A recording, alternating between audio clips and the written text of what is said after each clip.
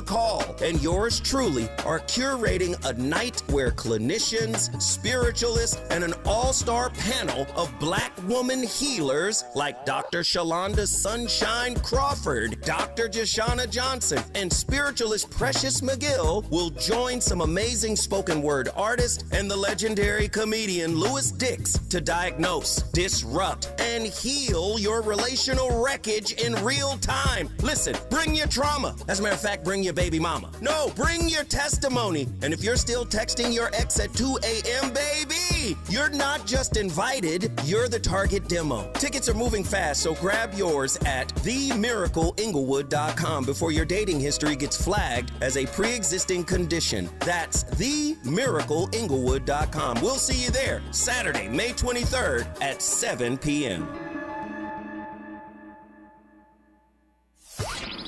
KBLA delegation, here comes your Friday night sports fix. Out of bounds in prime time. Get on your feet and make some noise for your out of bounds starting lineup. It's Ray Richardson, your LA Sports Authority, and Neal Scarbrough, the editor extraordinaire. They're bringing the heat with no filter and no chaser on KBLA Talk 1580. These fellas have a lot to talk about.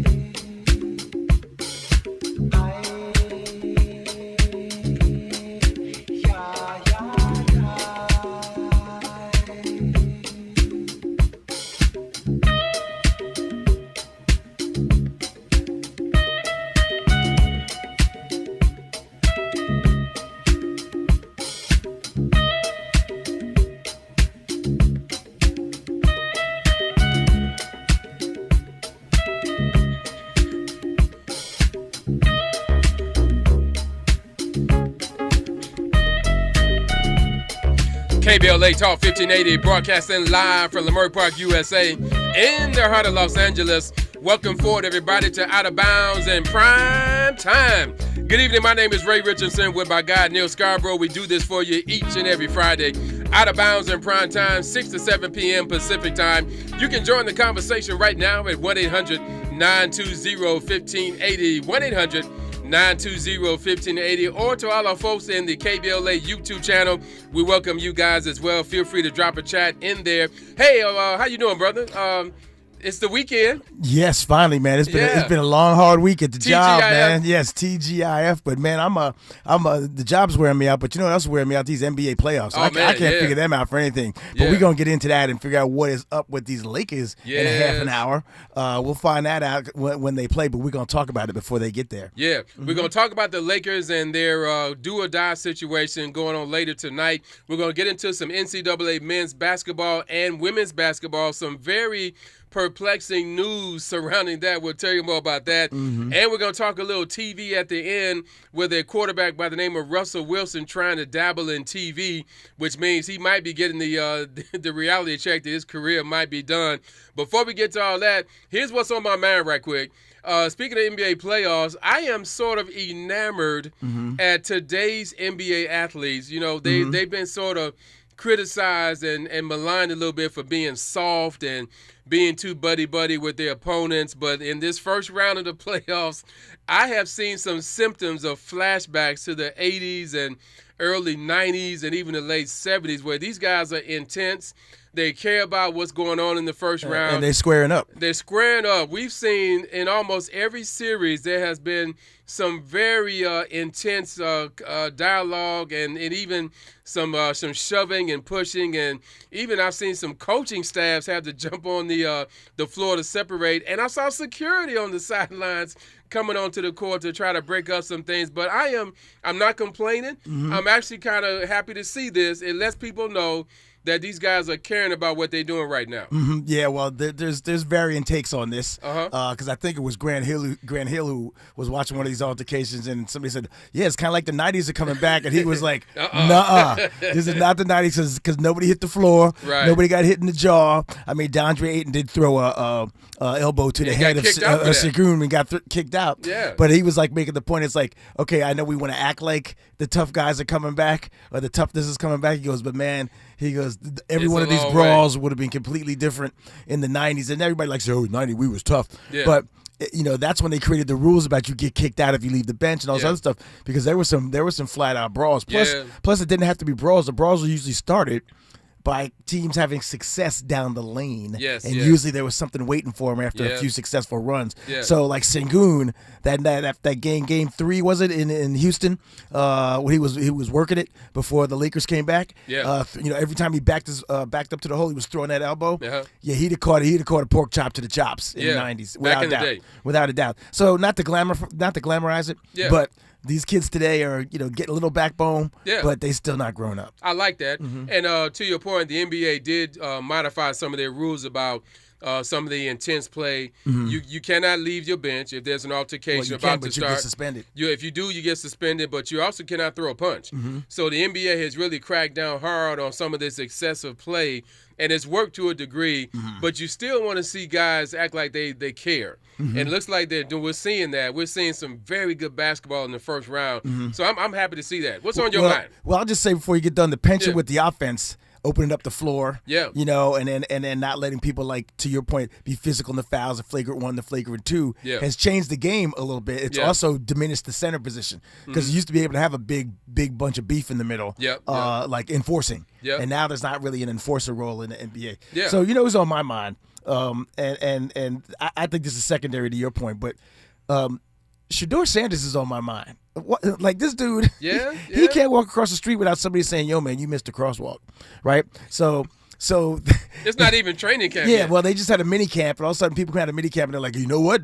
Deshaun Watson looks like the guy, man.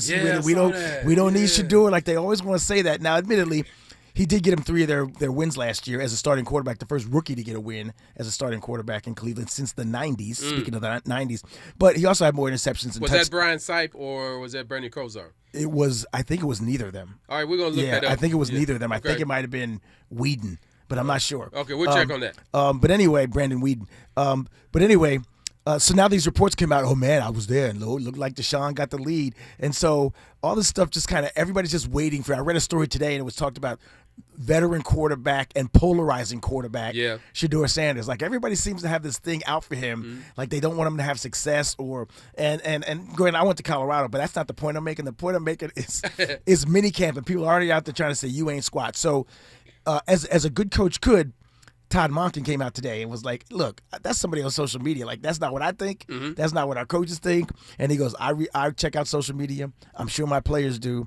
And he goes, and neither of us are going to be good at our jobs if that's what we're worried about, being a quarterback or a head coach. Amen. I don't know if you saw that or what you thought. I did not see that. It'd be nice to see Watson come back, but that's not what I'm talking about. That's talking about good. We got another reason that we don't need Shedeur. Well, your point is it looks like Shedeur Sanders has not done anything to secure his position as a potential future quarterback with Cleveland. That's the thing I read into this. Well, no, I'm going to say something else. He's also done nothing to have a bunch of people rooting against him. Yeah, that too. But yet they do. That's kind of my point.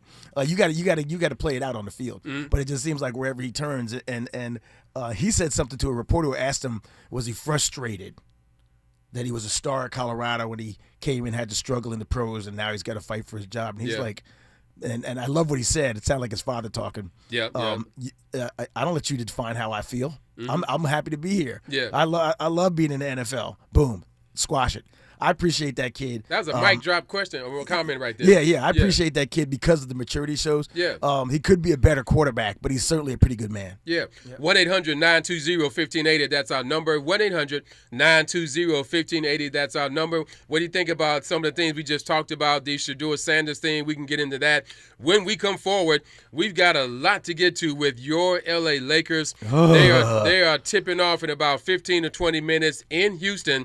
I had talked earlier this week, Neal, that the Lakers needed to avoid going back to Houston and get this thing done. They did not take my advice. They are on the rope tonight in Houston for Game 6. There are a lot of storylines going on with this team. We'll get into that. He's Neal Scarbrough. I'm Ray Richardson. Thank you all for hanging out with us. This is Out of Bounds in prime time right here on KBLA Talk 1580. Sports.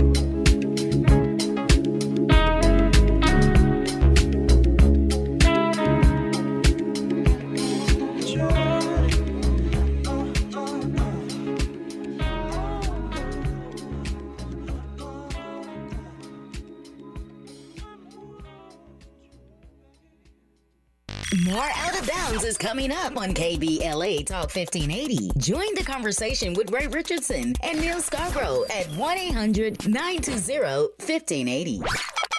If you have unfiled taxes or are in debt to the IRS, this is important news. Did you know the IRS has programs specifically designed to help people struggling with tax debt? Powerful tax assistance programs that can save you thousands if you qualify. No one knows these programs better than the experts at Optima Tax Relief, America's most trusted tax resolution firm. A-rated by the Better Business Bureau, their award-winning tax attorneys and licensed professionals have resolved over $3 billion of tax debt for their clients. One call to Optima can start the process, helping to put an end to your worries about wage garnishment, asset seizure, and other aggressive IRS actions. Find the best options to solve your tax problems. Call the experts at Optima Tax Relief today for a free consultation. Call 800-919-9077. 800-919-9077. 800-919-9077. Optima Tax Relief. Some restrictions apply. For complete details, please visit OptimaTaxRelief.com. Progressive knows that for business owners, vacations hit different. But hey, at least you finally took a vacation. And look at that. You only answered 53 calls, 84 emails, onboarded one new hire, and covered for Chris while he's out on paternity leave, and you did it all from a kayak. Because you, my friend, know how to relax. All right, you may not know how to take a day off, but you do know both your personal and business auto insurance needs can be covered in one place with Progressive. So at least that's relaxing, right? Progressive Casualty Insurance Company and affiliates, not available in all states or situations. We love America in spite of, not because of. And that's the deepest kind of love. This is KBLA Talk 1580. KBLA Talk 1580. We've got a lot to talk about. KBLA Talk 1580 is connecting you with services and solutions. Domestic violence and family violence is when someone in an intimate or family relationship tries to gain or maintain power and control over another through a wide range of abusive behaviors. Every single act may amount to abuse. Abuse can take on various forms: psychological and emotional, physical and economic, and sexual abuse. The Genesee Center Incorporated is a nationally recognized nonprofit domestic violence prevention and intervention organization, housing women and children from 30 days up to 2 years through emergency and transitional shelters. The Genesee Center also provides support services like mental health counseling, life skills classes, computer training, job referrals, after-school programs for children, field trips, tutoring, and comprehensive direct legal services. If you need help or you'd like to donate or volunteer, call the Genesee Hotline, 1-800-479-7328. That's 1-800-479-7328, or visit genesee.org. Everyone has the right to be safe. This is a community call to action from KBLA Talk 1580. Ray Richardson, your LA sports authority, and Neal Scarbrough, the editor extraordinaire, are bringing the heat. It's Out of Bounds on KBLA Talk 1580. These guys have a lot to talk about.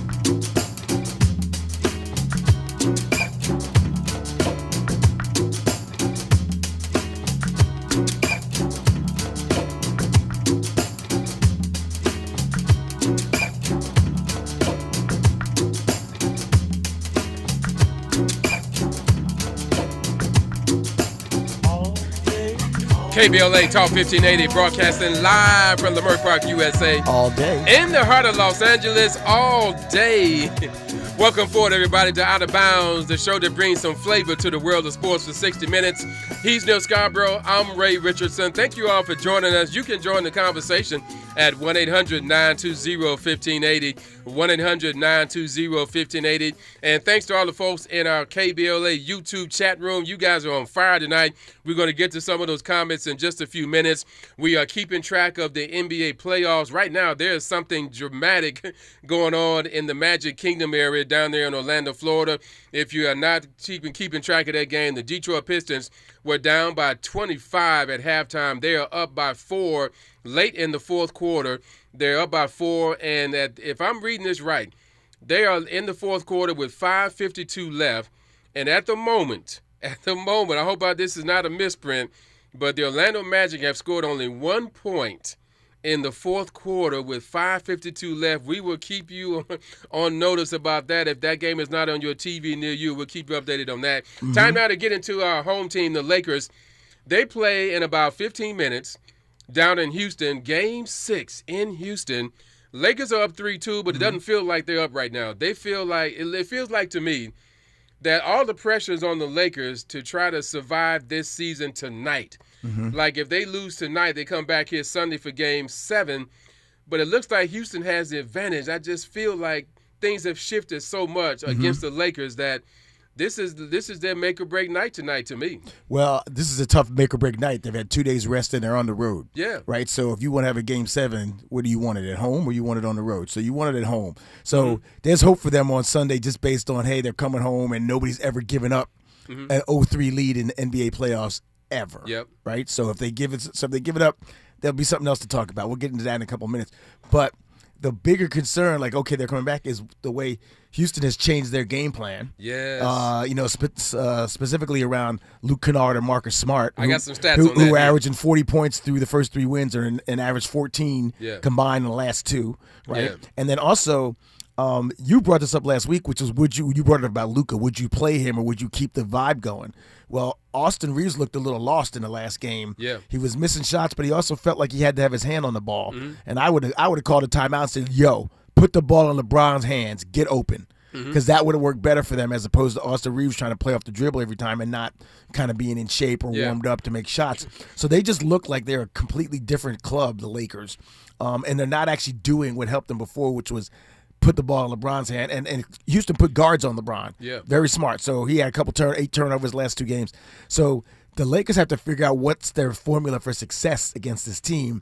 And somebody needs to pop Sagoon in the back of his head again when he's in the lane. Yeah, man. That was a great play by 8. It was just too late, man. It's just too late. You got to get in front of that dude, man. Pay the price or make him pay the price. But that little backing up and throwing elbows, man, not in the 90s, bro. Yeah.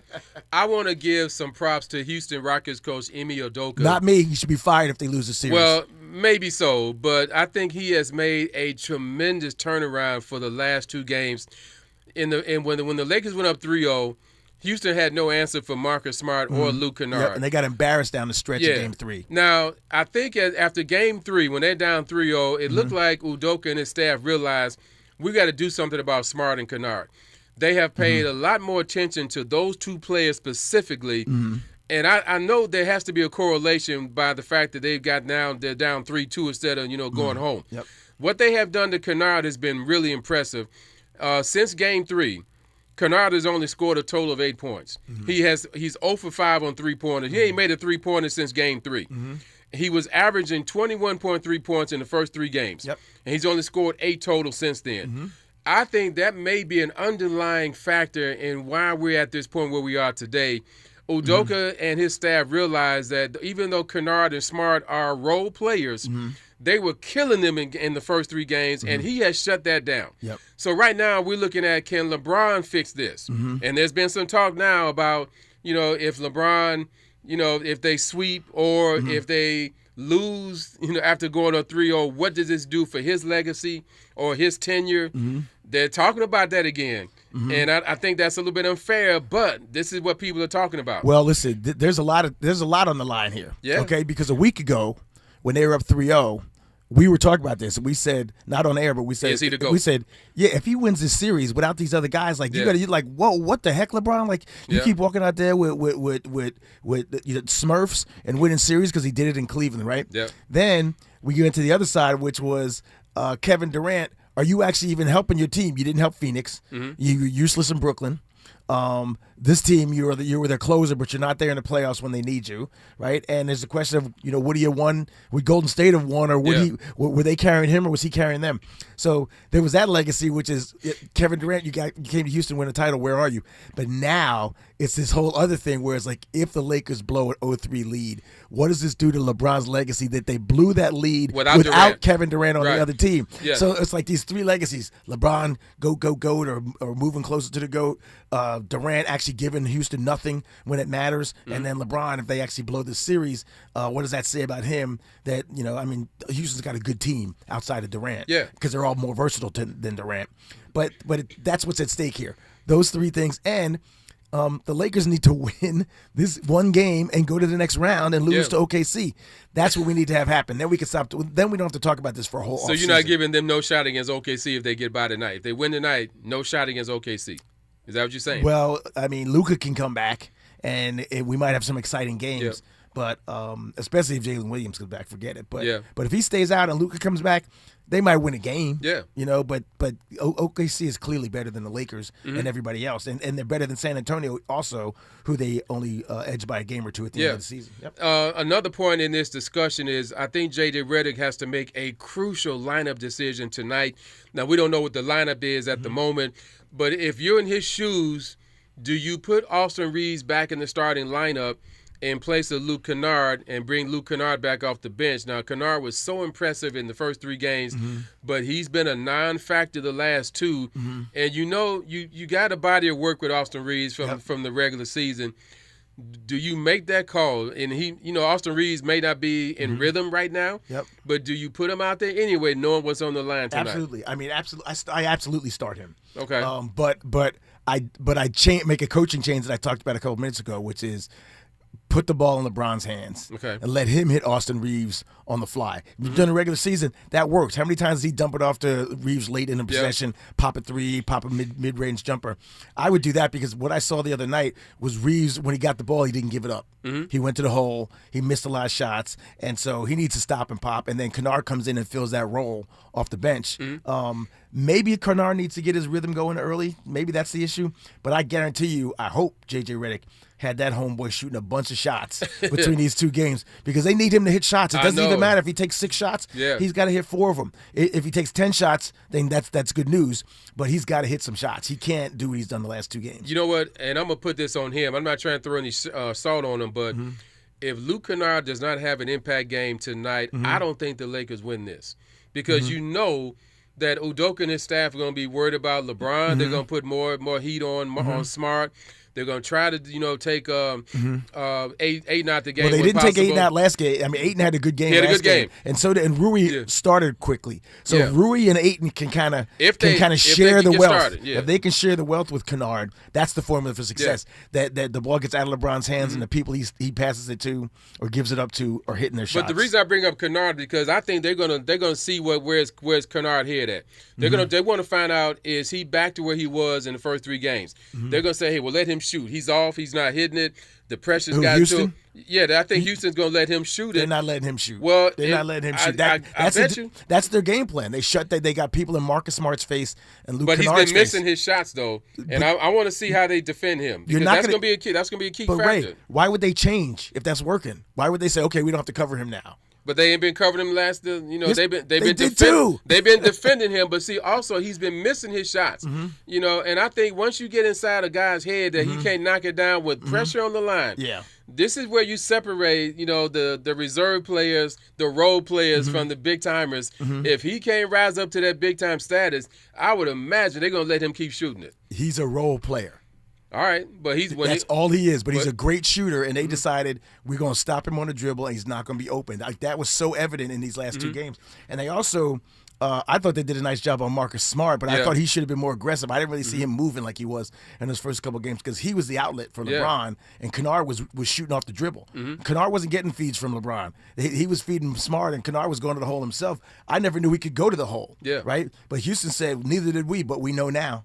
And the last point I want to make on this, DeAndre Ayton needs to really step up and have a big-time game tonight. Yep, defensively and offensively. He's shown signs that he can still show the ability that he had in Phoenix. If they start doubling LeBron, they start doubling Reeves and taking the ball out of Kennard's hands, Ayton is going to have some opportunity to do some work tonight. When he gets an opportunity, he needs to go to work and get it done. Well, look, they say it's hard to beat a team 4 times in a row. That's why nobody's come back from this. Right. So something just has to break in the Lakers' favor to this game or Sunday, right? I mean, for them to kind of break that little or not break that jinx. Yeah. I feel like they can win in Houston. I'm not worried about them. I don't think there's more peril coming back for Game 7. I think that's actually a game they should win. But they just got to watch what happens. Like, what if LeBron gets hurt, or he has to play 48 minutes, tonight, and then they got to fly back. So there's a lot of factors even off the court about this turnaround. Remember, they had three days between 1 and 2, right, and 2 and 3, right, and then 2 days between 3 and 4 they lost. 3 days between the last game they lost. So now it's two games, 2 days twice. So they got to get it together. All right, we'll see. Tip-off time in about 5 minutes down in Houston. Game 6, Lakers and the Rockets in Houston. We'll keep you posted on that during the show. 1-800-920-1580. That's our number, 1-800-920-1580. When we come forward, some NCAA basketball tournament to get to. A major development going on with this tournament. I don't like it. Neal doesn't like it. We will tell you why. This is Out of Bounds in prime time right here on KBLA Talk 1580. Down at the beach, all party in town, making love or just riding around to soothe your mind.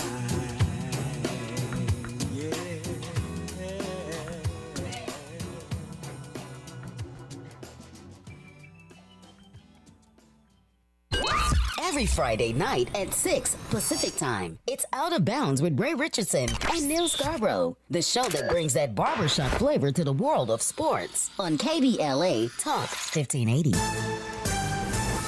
I'm Amber Payton with VIN News Now.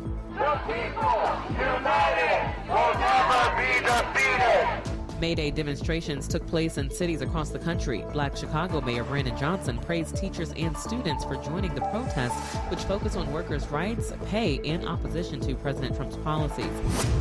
Governor Brian Kemp says Georgia will not redraw its congressional maps this year. Kemp says the U.S. Supreme Court ruling on Louisiana's majority black district restores fairness to redistricting, but with voting already underway for 2026, Georgia will wait until before the 2028 election cycle to redraw its maps.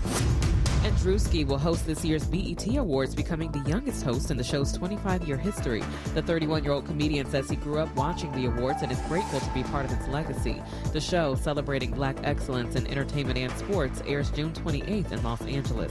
Get VIN News Now on demand 24/7 on the iHeartRadio app. Ronda Rousey versus Gina Carano.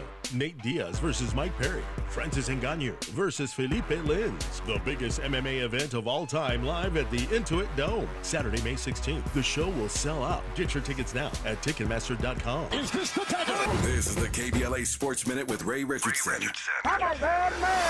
The Lakers' inability to close out the Houston Rockets has put the NBA on hold. The league is waiting on the outcome of the series before they can schedule one of the 2 Western Conference semifinals. One semifinal is set. San Antonio and Minnesota tip off on Monday. The winner of the Lakers-Houston series will play Oklahoma City in the other Western Conference semifinal. The NBA is unable to confirm a start date for that semifinal until the Lakers-Houston series is over. The Lakers, up 3-2 in the best of 7, can do the NBA a scheduling favor if they win tonight. Otherwise, it's back to LA on Sunday for Game 7. Tonight at 6, it's your Friday night sports fix. Join me and my co-host Neal Scarbrough for Out of Bounds in prime time. 60 minutes of sports chatter with some black folks flavor. You can hang out with us on the KBLA YouTube channel or hit us up at 1-800-920-1580. No debates, no speculation, just the info you need. That's your KBLA Sports Minute. I'm Ray Richardson on KBLA Talk 1580. Hi, I'm Zoe Williams, host of The Voice of Reason, weeknights at 7 p.m. here on KBLA Talk 1580, with a personal invitation for you to join me and Insight.me as we present The Healing Box, live at Inglewood's world-famous Miracle Theater, Saturday evening, May 23rd at 7 p.m. Look, I understand your attachment style has been running your life like a rogue algorithm, and nobody has had the courage to press pause. Until now, Dr. Bakoya McCall and yours truly are curating a night where clinicians, spiritualists, and an all-star panel of Black woman healers like Dr. Shalonda Sunshine Crawford, Dr. Jashana Johnson, and spiritualist Precious McGill will join some amazing spoken word artists and the legendary comedian Louis Dix to diagnose, disrupt, and heal your relational wreckage in real time. Listen, bring your trauma. As a matter of fact, bring your baby mama. No, bring your testimony. And if you're still texting your ex at 2 a.m., baby, you're not just invited, you're the target demo. Tickets are moving fast, so grab yours at themiracleinglewood.com before your dating history gets flagged as a pre-existing condition. That's themiracleinglewood.com. We'll see you there Saturday, May 23rd at 7 p.m.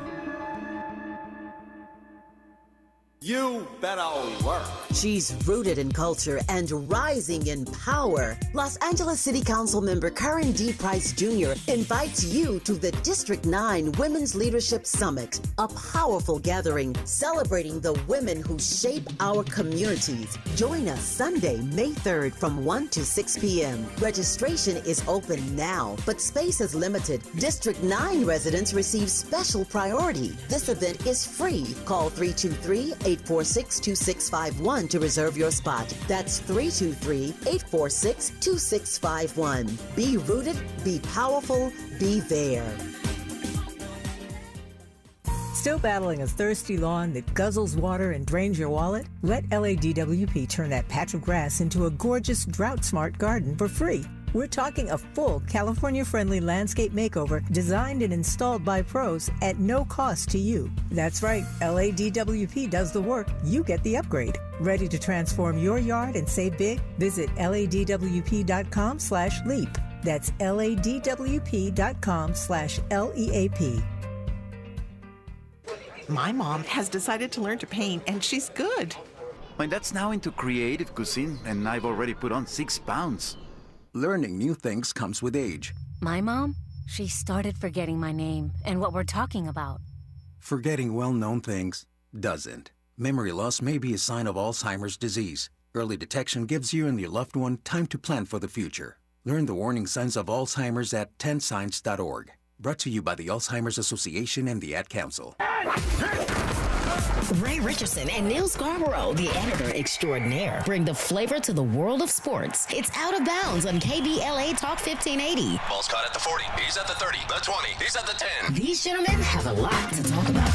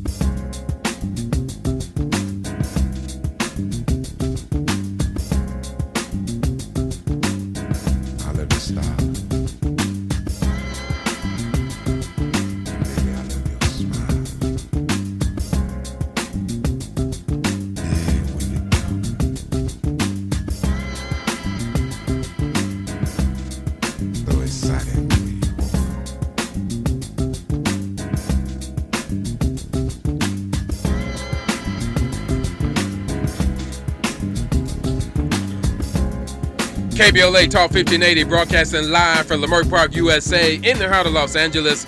Welcome forward to Out of Bounds, a show that brings some flavor to the world of sports for 60 minutes. He's Neal Scarbrough. I'm Ray Richardson. We do this for you each and every Friday, 6 p.m. to 7 Pacific time, where we give you a chance to just unwind and get you ready for the weekend. We are watching something amazing going on in the NBA playoffs. We'll get to that in just a little bit.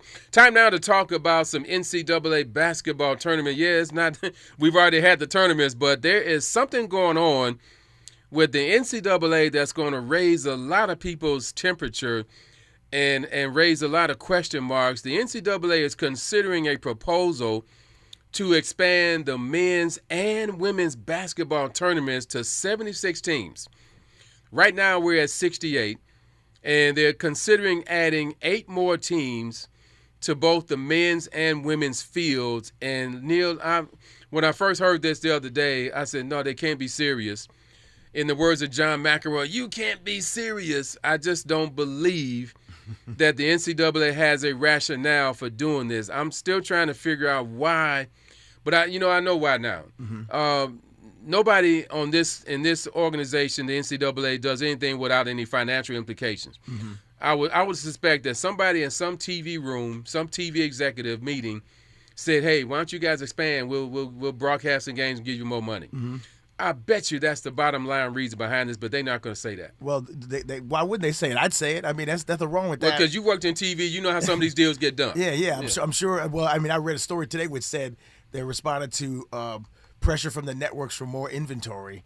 But here's the bigger problem for me is that, like, we saw this tournament this year, and the Cinderellas did that. The midnight struck early. Exactly. There was no Cinderellas after, like, the second round. It just seems like it's changed. NIL, people just move and build a team for a year. And so these smaller schools building teams, like Miami of Ohio did their thing, but they were out after a victory. So we felt like we had a Cinderella for a minute, but by the time we got to Sweet 16, there were none. Mm-hmm. But the pressure is not just from the networks or TV. I read that the pressure is also from the major conferences because they felt like they are deep and they wanted to get more teams into this tournament, which is nonsense. If you have a conference, and that's what you get for making 18-team conferences and all that nonsense that we have, with the consolidation, right? And so now it's like, oh, we left out too many teams from our conference because you have too many teams in your conference, right? And so I just think bowing to the pressure of the major schools for the mediocre major schools to say I need to be in a tournament is pure folly. In fact, I read another story. I did a little AI search. All right. Okay. These are the teams like 69 through 76, 77 who would be in the tournament if they expanded it to 76 teams this year. Because the format for people at home is to add 8 teams and then to take that first 4 add 8 teams and then take the last 12 teams from 58. I got this wrong. From 52 to 76, those 24 teams play a 1-team tournament. Mm-hmm. So the 12 winners end up making a 64-team field. Yeah. Okay, but if we did that this year, here's the schools that would have made it: the 69th through 72nd team. Oklahoma, Auburn, San Diego State, which is building a pretty nice reputation. Indiana, which we haven't seen in a while. And then the next 4 would have been Seton Hall, New Mexico, Virginia Tech, and Stanford. Right. So I don't know that I need a tournament with Seton Hall, New Mexico, Virginia Tech, and Stanford in it from this last year. You know why those teams are on this list? Mm-hmm. Because they lost early in their conference tournament. They had no shot at winning the conference tournament because they were bumped out early. Right. Well, okay. That's and so you're done. How do you get to the tournament? You win your conference. Your conference. If you don't win the regular season title, your best chance is to at least make a strong run, at least maybe get to the conference tournament final. Mm-hmm. If you do that, you got better chances. But if you don't get past the first round of your conference tournament, then you got to just wait for next year. Yeah, just like the mid-major schools. So when that happens, they're done. Like Miami didn't win the tournament. They didn't, and they almost didn't get in. Right. And the Big Ten Conference had 12 teams in the tournament in the men's bracket. What more do they need? Yeah. So here's another point too, and this is more esoteric. For years, what has been the best postseason event?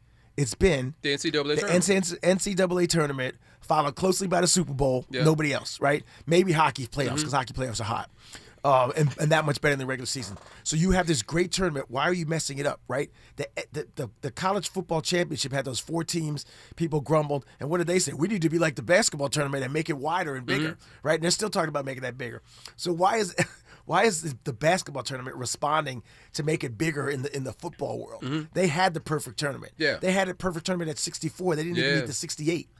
So to me, like everybody, like that's the problem nowadays. Nobody's happy with where they are. They think they're smarter than everybody else and everybody who came before them, and they need to make some change. This change doesn't make any sense except for what you said, to make more money for all the schools and the NCAA, right? And to settle down the whiners in the big conferences who decide to become fat conferences, and then try and feed everybody in their conference. So I'm vehemently against this change. I am too. You know? And when I first heard this, I could not believe it.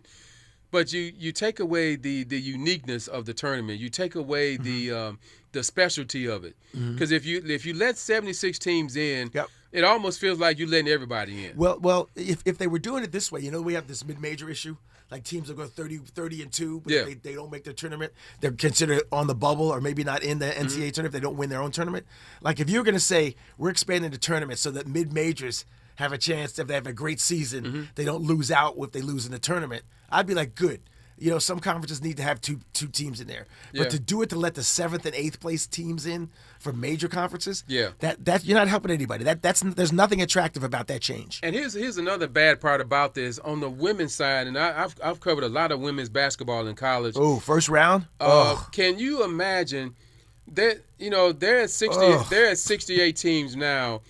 If you see some of them first round games, some of those teams didn't belong in there in the first place. First and second round. Yeah, they're only in there because they either won their conference tournament or they won the regular season. But and because they need 64 teams. Because they need more teams. But the women's parity has not got to where the men is. They are not there yet. Yep. Right. You could pretty much name about 30 teams on the women's side that are really competitive that can make a run in the tournament. But after that, great point. After that, you're looking at some very average programs on the women's side because the women's game is just not that developed yet. You don't have that many schools playing that high caliber of basketball in the women's side. Right. So you're going to have even worse teams playing than you did now. You're adding a lot more mediocre teams to the tournament. That is not a good look for TV. And then that's a great point about the women's tournament, which also has an NIT. But then there's like the men and which women's. Is stupid. Yeah, but the men and women's NIT tournament is this cute little tournament, right? You had a successful season. You have something to celebrate. You almost made it. You get to play, consolation tournament.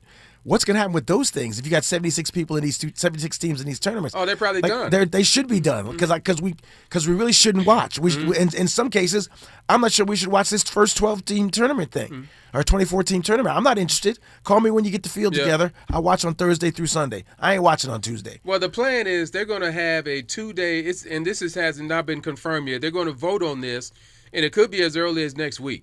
But they're going to vote sometime in the month of May to expand. And their plan is to have 2 days of 2 sites of a play-in of an expanded play-in round. So these extra teams they're going to let in, they're going to ship them all to like 2 sites and have 2 days of competition, and those teams will matriculate into the field of 64. So you've got a larger, wider play-in round now of teams that normally would not even be in the tournament, but they're going to let them try to play to get in. I don't know how that's going to be as attractive as what they've got right now. Right now, this 4-team play-in is stretching it. Yeah. Those teams, whoever wins those games, they get the 16 seed. Yeah, well, they have that 11 seed too, but that's also for the bigger schools. If you're in a better conference. Right. So what do you need? What do you need 76 teams for? I don't know. You already have a back-in tournament on the first 4. I don't get this. So anyway, we can put this out there. What do you guys think about this? Does the NCAA need to expand or not? We're saying no. It's a flat no on this end. What do you say about that? 1-800-920-1580. 1-800-920-1580. No. We have made our statement on this. So when we come forward, we got a statement on something else here. Russell Wilson, former big-time, I emphasize former big-time quarterback, is trying to get into the broadcasting industry. We'll tell you how that's going in a minute. He's Neal Scarbrough. I'm Ray Richardson. We're having some fun today. We do this for you each and every Friday. This is Out of Bounds in Prime Time on KBLA Talk 1580. It's your Friday night sports fix. Out of Bounds in Prime Time with Ray Richardson and Neal Scarbrough. Every Friday night at 6 Pacific Time on KBLA Talk 1580. This is a special alert to all Americans who own a vehicle with less than 200,000 miles with an auto warranty about to expire or with no warranty coverage at all. Due to a decline in the economy, CarShield is announcing a low-cost month-to-month vehicle protection plan that is now available to the public to save any driver out-of-pocket expenses on future auto repairs. Call now to find out how you can pay almost nothing for covered auto repairs. Yes, you heard that correctly. Pay almost nothing for covered auto repairs. An open phone line has been established for all drivers to call for a free quick quote. Call 800-478-6430 now. Drivers who are covered will not have to pay for covered repairs again. This protection plan is at an all-time low. Additionally, drivers who activate this vehicle protection today will also receive free roadside assistance, free towing, and car rental options at no additional cost. Call us for your free quick quote today. 800-478-6430. That's 800-478-6430. What do you have to lose? Call 800-478-6430. Again, 800-478-6430. Getting around LA doesn't have to cost a lot. Metro has fares that fit every budget. 20 free rides for qualified riders through the Life Fare program. Free passes for students with GoPass and affordable options for everyone in between. Wherever you're going, Metro's got you covered. Visit metro.net/fare programs. My name is Cynthia Mitchell. I've been an emergency room nurse in Los Angeles County for 25 years. I've been there through every fire season, every outbreak, every earthquake. Every time Los Angeles needed us, the doctors and nurses of Los Angeles County showed up.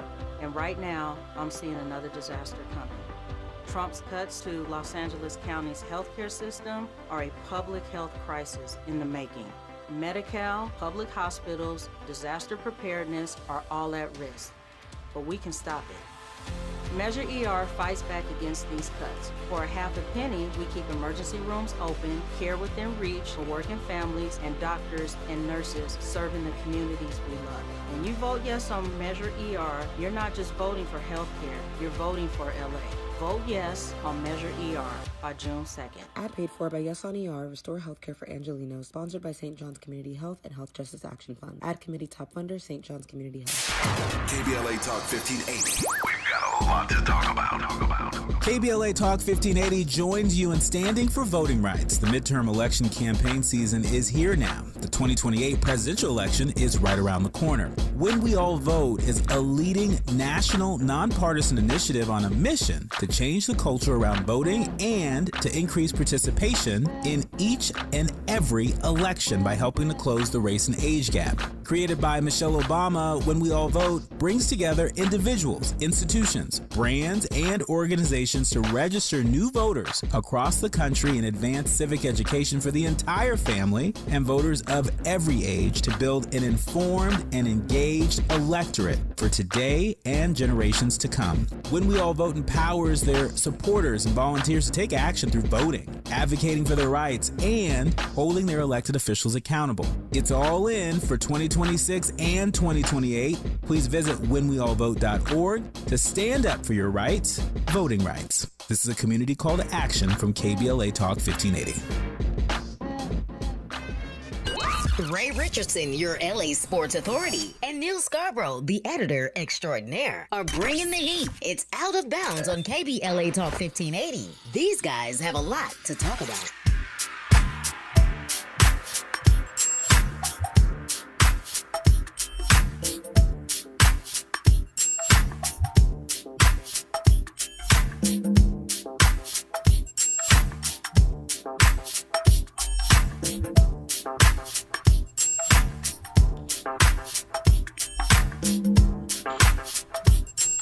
KBLA Talk 1580, broadcasting live from Leimert Park, USA. Welcome forward to Out of Bounds, a show that brings some flavor to the world of sports for 60 minutes. He's Neal Scarbrough. I'm Ray Richardson. Thanks for hanging out with us. We do this for you each and every Friday, broadcasting live, 6 p.m. to 7 Pacific time. You can join the conversation at 1-800-920-1580, 1-800-920-1580. And also, thanks to all the folks who have been hitting us up on the KBLA YouTube channel. You guys have been lit tonight. They got a request in there, Ray. They want to update on the Lakers. All right, Lakers update. Oh, it's 7-4 Houston. That's all I can tell y'all. With 9.5 minutes to go in the first quarter. Okay. It is early, but the calmer is already kind of settling in down there. They are not winning right now, but it's early. 7-4. We had teased you right before the break about Russell Wilson, who has had a decent run as a quarterback, but I think his days are numbered. But you brought up the fact that he may be entertaining going into the broadcast booth. Mm-hmm. And that was a kind of a moment for me to say, well, do you think he's capable? Mm-hmm. We were kind of thinking about what athletes out there, would make a good broadcaster Mm-hmm. or analyst, studio or game analyst. Yep.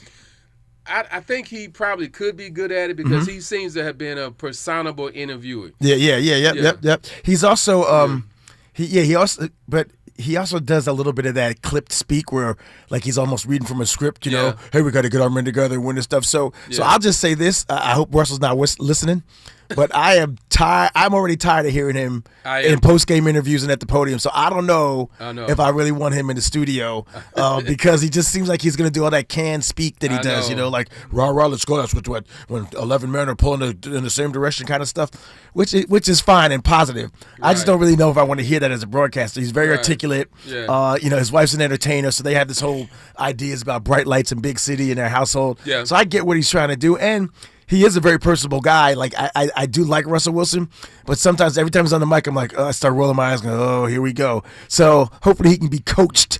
Look, Greg Olson, pretty good in the booth, talks too darn much, but he's getting better, right? Yeah. Tom Brady, stiff and judgmental.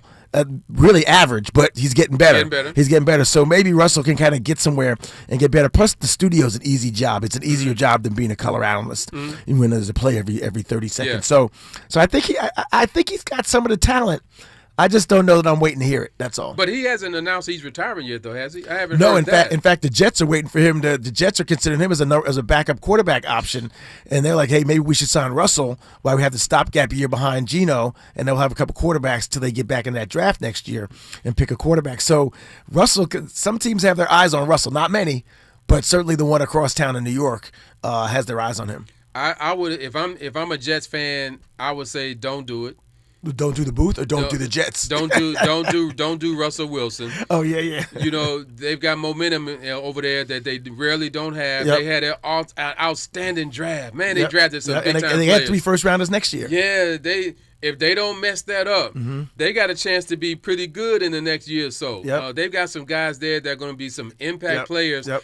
Don't bring a guy like Russell Wilson in there. You don't need to do that. But they already brought in Geno, and Geno's no sure bet either. So no. So that's the question. It might be like a little Geno insurance, but if it works out well, Russell never plays, and that's great too. But that's why Russell's saying, I'm going to get this TV job while I can. I think he might as well pursue it now because I don't see anybody really knocking down his door. He played for the veteran minimum last year, which is probably a little bit more than that TV salary will be, but he's already not a 30, 20, 15, $10 million player. Right. So that TV money, you sign a 4 or 5 year deal, you're kind of happy and you got a good place to retire and land and still be around football. So I wish him good luck and all that stuff. I don't mean to be critical about his style, but I know who else I'd like to see. I got a name for you. Travis Kelce.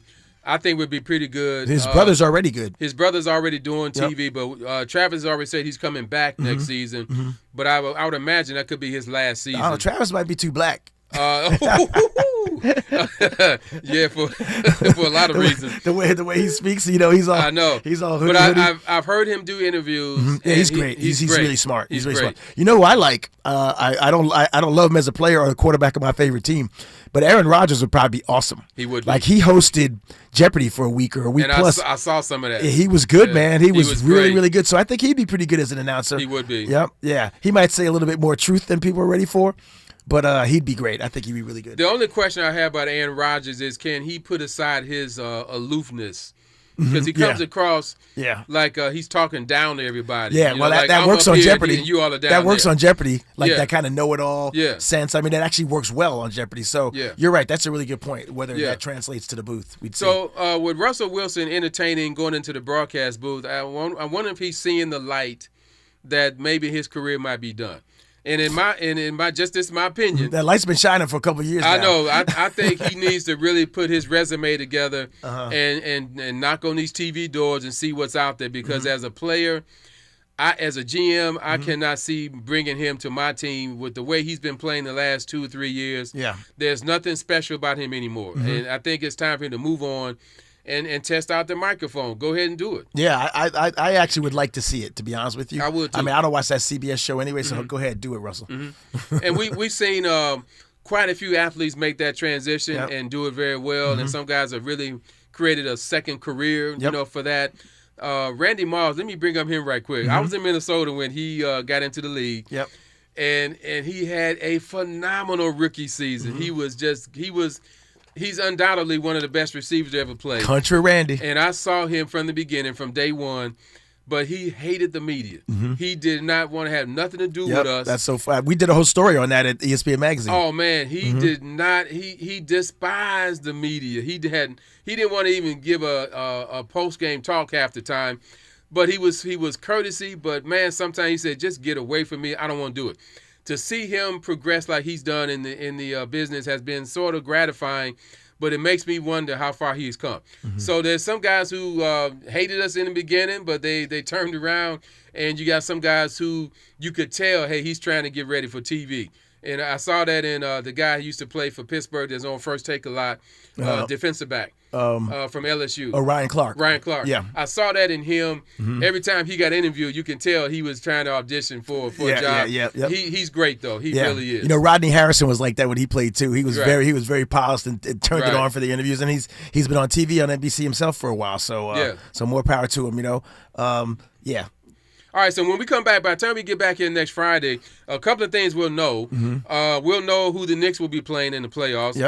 Philadelphia and Boston play Game 7 tomorrow. That should be a great atmosphere in Boston. We'll know about that. We seem to know now that the Detroit Pistons have moved on. They won in Orlando tonight. So they got a Game 7 coming. They'll play Game 7 probably on Sunday or Monday. And by the time we get back here, we'll know who they're playing in the next round. Right. So there's a few things to look forward to. Coaches saving their jobs this weekend. Exactly. Right? Udoka, got you, Andy. Mike Brown got a job now. He's back. Joe Mazzulla. We'll see if they lose to the Sixers. Right. If there's some questions about him, but or Jason Tatum. So there's a few guys. The guy, what's his name in Denver? Adelman, Rick Adelman's son. Yeah. David Adelman. David Adelman. Yeah. So I mean, he took a hit on his coaching progress with them losing to Minnesota. So hopefully some guys won't be fired this week, and we'll see what this second round looks like. All right, that's it for us. That's the end of regulation. Time is up. We got to make way for Zoe Williams, the voice of reason. Thank you all so much for hanging out with us. Thanks to Andy for that great work in the upper room, running that quality control for us. We'll be back with you again next Friday at this time, 6 to 7, with another episode of some prime time for Out of Bounds. Thank you all so much for hanging out with us. Enjoy the rest of your weekend, everybody. For Neal Scarbrough, I'm Ray Richardson. This is Out of Bounds right here on KBLA Talk 1580.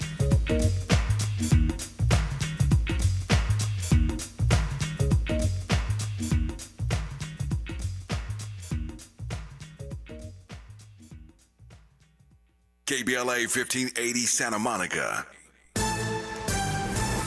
I'm Amber Payton with BIN News Now. The people united will never be